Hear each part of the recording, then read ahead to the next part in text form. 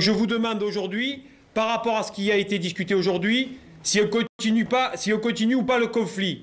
Donc qui est pour continuer le conflit? La majorité des facteurs grévistes a voté ce matin la poursuite de la grève dans le 8e arrondissement de Marseille.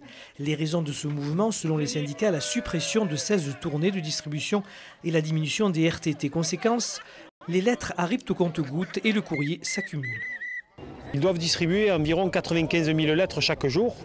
Donc depuis 10 jours, ça fait l'équivalent de 2 millions de lettres qui sont un peu stockées dans des hangars.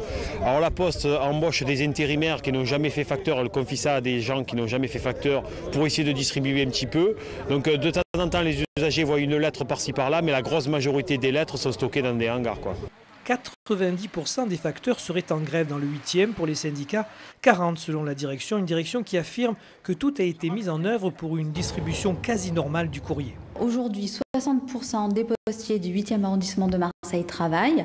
On a mis en place un dispositif de continuité du service public qui nous permet de distribuer aux particuliers comme aux entreprises du courrier 2 à 3 fois par semaine. Je voudrais quand même préciser que toutes les boîtes aux lettres sont relevées normalement et que les colis sont distribués sans aucune perturbation.